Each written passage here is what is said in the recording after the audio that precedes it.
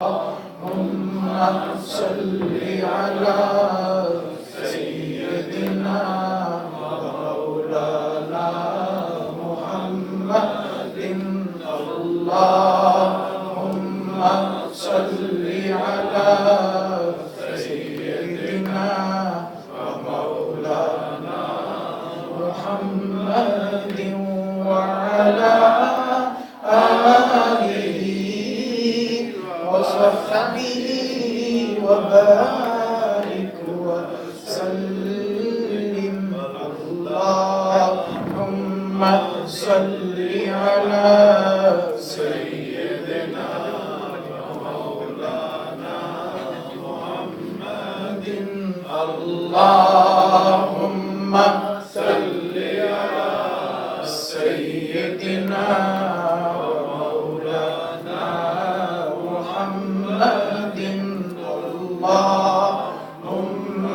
صل على سيدنا ومولانا محمد وعلى آله وصحبه وبارك وسلم. حضرات محترم، معزز خواتین و حضرات اور میرے پیارے مسلمان بھائیوں، دوستوں اور بزرگوں اور پیارے بچوں، اللہ تبارک و تعالیٰ کے فضل و کرم سے اور اس کی توفیق سے اور آقا علیہ السلام کی نگاہ کرم سے آج ہم سب اس بابرکت علمی، دینی، فکری، روحانی مجلس میں حاضری کی سعادت حاصل کر رہے ہیں. اللہ تبارک و تعالیٰ کا جتنا بھی شکر ادا کریں کم ہے. اس نفسا نفسی کے دور میں ہم اس دین کے کام کے لیے ہمارا انتخاب ہوا اور اللہ تعالیٰ نے ہمیں موقع عطا فرمایا اور توفیق عطا فرمائی. آج کی کلاس میں ایک سوال سے شروع کرنا چاہتا ہوں. وہ سوال یہ ہے، اب سب سے یہ سوال ہے میرا. وہ سوال یہ ہے کہ ہم یہ جو سنڈے کو 1 گھنٹہ کلاس پڑھتے ہیں تو اس کے بعد پورا ہفتہ گزرتا ہے. آپ میں سے کتنے ہیں جو ہم پڑھتے ہیں اس کو پورا ہفتہ میں جو ہے وہ ایک بار بھی اس کے بارے میں سوچتے ہیں یا فیس بک کھول کے اس کو پڑھتے ہیں یا دیکھتے ہیں؟ مسجد کی فیس بک پر ہر ایک تقریباً اکثر حضرات فیس بک یوز کرتے ہیں تو فیس بک پہ یہ اپلوڈ ہوتا ہے. تو اس والے سے یہ میرا ایک کویشچن ہے، آپ میں سے کتنے ہیں جو تھوڑا بہت ٹچ رکھتے ہیں، یا اس سوال کو تھوڑا سا اور بدل دیتا ہوں میں، یا پھر آپ میں سے کتنے ہیں جو ہم نے پڑھا ہوتا ہے جب قرآن مجید کی تلاوت کرتے ہیں ان قواعد کو ذہن میں لا کر سوچتے ہیں، پڑھتے ہوئے قرآن مجید کی تلاوت کرتے ہوئے یہ پڑھتے ہوئے سوچتے ہیں کہ یہ ہم نے قاعدہ پڑھا تھا تو یہ کہاں کہاں قاعدہ لگ رہا ہے، کوئی لفظ ڈھونڈتے ہیں، تلاش کرتے ہیں. جی ماشاء اللہ، کافی یاد کھڑے ہو گئے. چلیں بس یہی میں چاہتا تھا. اچھی بات ہے. سب حضرات کوشش کیجیے گا، زیادہ نہیں، عام روٹین میں جب آپ قرآن مجید کی تلاوت کرتے ہیں تو جو قواعد ہم پڑھتے ہیں یہاں پر تو ان کو بس سوچیں، تھوڑا سا اپلائی کرنے کی کوشش کریں. اگر آپ کو کوئی پرابلم ہو، کوئی مسئلہ ہو، آپ اس کو نوٹ کر لیں. آئندہ جب کلاس میں آئیں آپ مجھ سے سوال کر سکتے ہیں، پوچھ سکتے ہیں کہ یہاں پر یہ قاعدہ لگ رہا ہے یا نہیں لگ رہا. ٹھیک ہے جی. تو آئیے ہم اپنی آج 13ویں نشست میں ہیں، اس کورس کی 13ویں کلاس میں آج ہیں.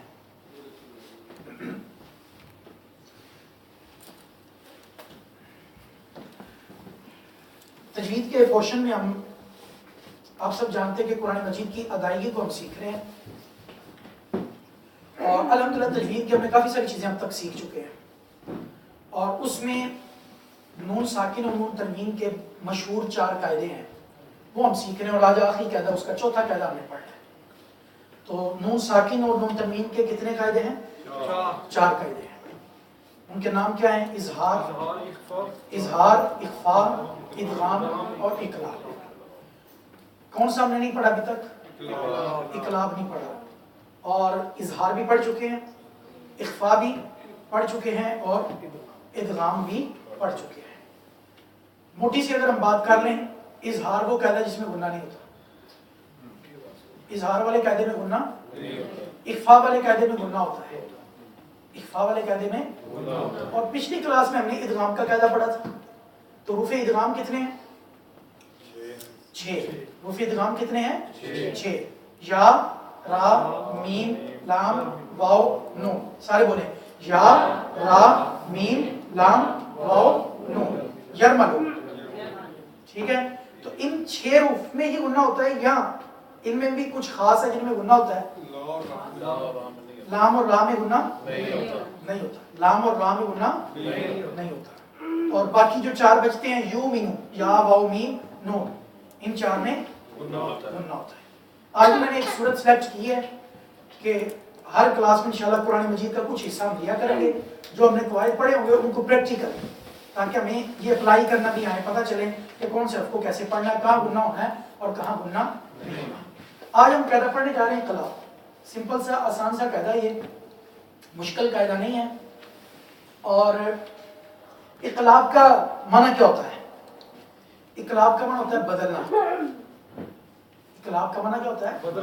بدلنا. اسی سے قلب ہے. قلب, دل کو قلب کہتے ہیں نا عربی میں, قلب. تو قلب کا معنی بھی پھرنا, چونکہ دل ایک حالت پر قائم نہیں رہتا. دل ایک حالت پر قائم, دل کی حالت بدلتی رہتی ہے. کبھی غمگین ہوتا ہے, کبھی اداس ہوتا ہے, کبھی خوش ہوتا ہے.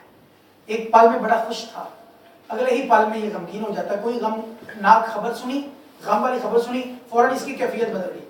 جب خوشی والی خبر سنی پھر کیفیت بدل گئی, کبھی خوش کبھی پریشان. تو دل کی حالت بدلتی رہتی ہے. دل کی حالت, اس لیے عربی میں اس کا نام ہی قلب رکھا. ٹھیک ہے. حالت بدلنے والا جسم کا ٹکڑا حصہ جس کی حالتیں بدلتی رہتی ہیں اس کو قلب کہتے ہیں. اسی سے انقلاب ہے.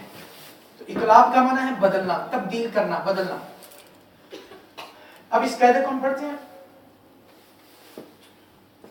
ہم نے پڑھے تھے رفع اخفا بھی پڑھے, رفع یرملون بھی, رفع حلقی بھی. پیچھے ایک ہی حرف بچتا ہے, وہ با بچتا ہے, جو نہ رفع یرملون میں استعمال ہوا نہ رفع اخفا میں استعمال ہوا. ٹھیک ہے. اور نہ ہی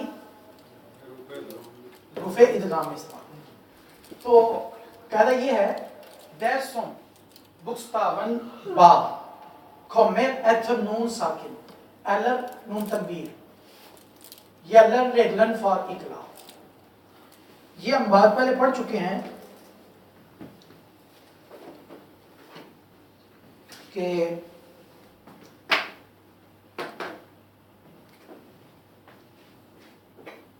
یہ کیا کہلاتا ہے؟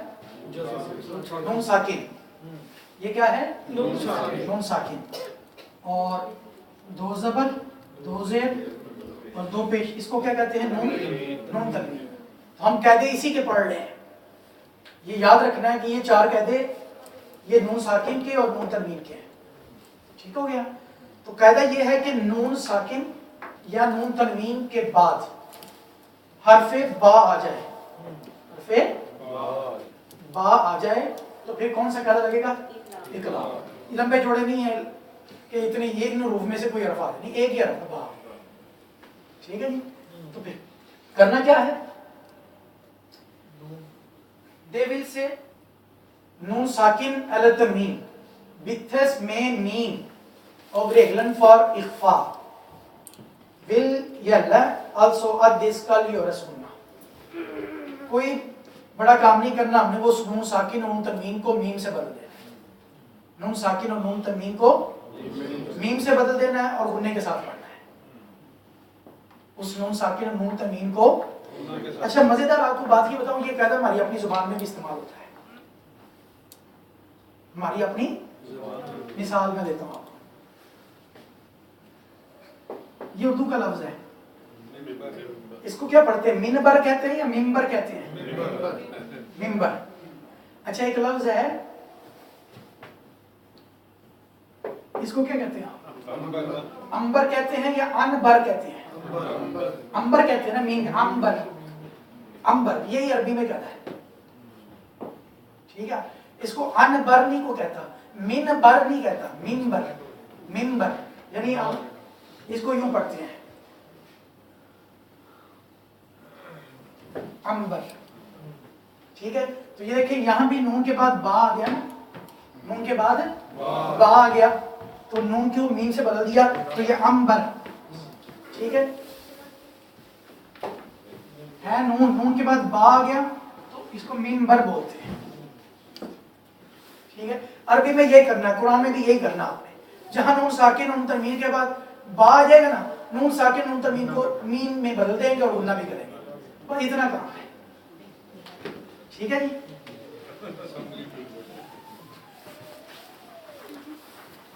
اسمبلی کی مثال دے رہے ہیں انگلش کا لفظ, اور اسمبلی کہہ رہے ہیں اسمبلی ممبر, لیکن وہ اچھا ممبر آپ لیکن وہ تو انگلش کا لفظ ہے اور اس میں میم ہی لکھنے میں میم یوز ہوتا ہے.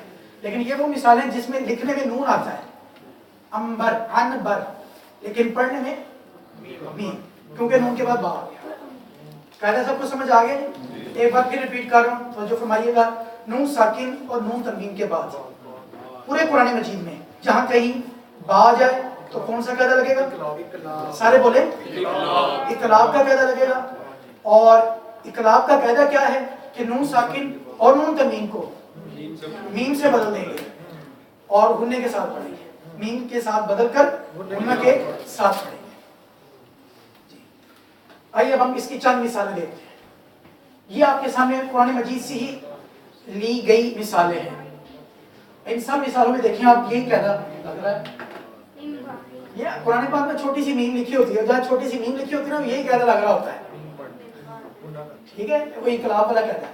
یہ دیکھیں نون ساکن کے بعد با ہے, میں پڑھوں من بعدی, من بعدی, میم کو میم کے ساتھ ملائیں گے. بولیں من بعدی, من بعدی. آگے دیکھیں نون ساکن کے بعد با, من بقلیہا, من بقلیہا. بق یہ قلقلہ بھی ہے رفع, اس لیے ہم باق آواز کو ہلا. من بقلیہا. یہاں پر دیکھیں نون ساکن کے بعد با, انبئہم, انبئہم. ٹھیک ہے پنجابی میں بھی آم کو امب کہتے ہیں نا, امب وہ بھی یہی ہے. اب نہیں یہ کہنا بولے گا. ٹھیک ہے امب, ہاں جی. تو یہ انب, انب کوئی نہیں کہتا, امب کہتے ہیں سارے. لکھنے میں یہ ہے, پڑھنے میں امب.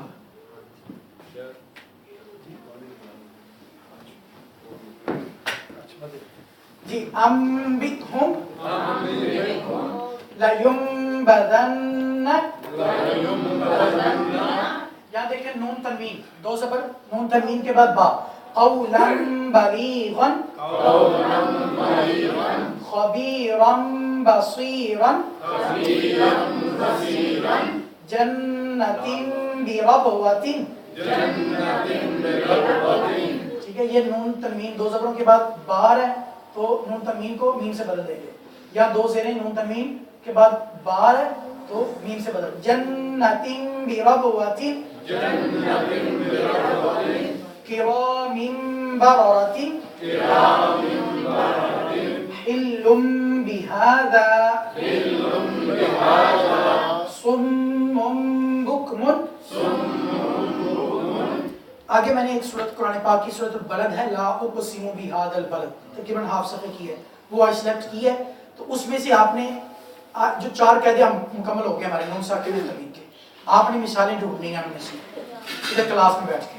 میں پہلے دوبارہ چاروں قاعدے ریپیٹ کر رہا ہوں, توجہ فرمائیے گا.